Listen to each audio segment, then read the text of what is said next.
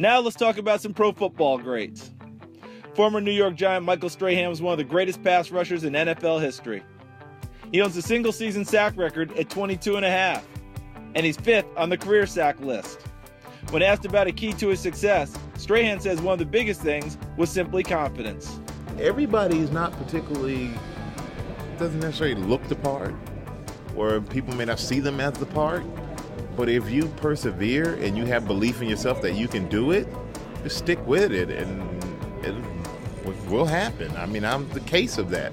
I preach it on the football field. I preach it every day now because I do things that are so unconventional to what most people probably perceive me to be able to do.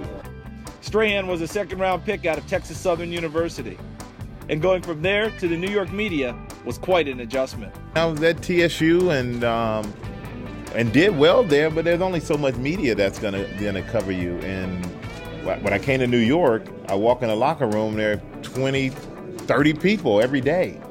And it is intimidating, but I was fortunate enough to be able to sit and watch guys who had been in that spotlight for a long time and the way that they handled it.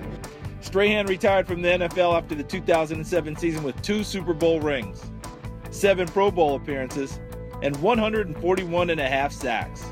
15 years in New York, though, helped him get pretty comfortable in front of a camera. He now works as an NFL analyst, and he's also been very successful teaming with Kelly Ripa to host Live with Kelly and Michael. He realizes that the next generation of football fans may know him as a TV personality more than they do as a Hall of Fame football player.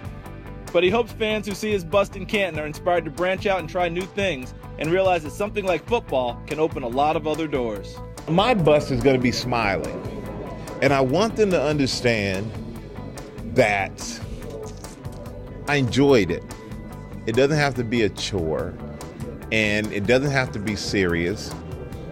But when it has to be serious, it is serious.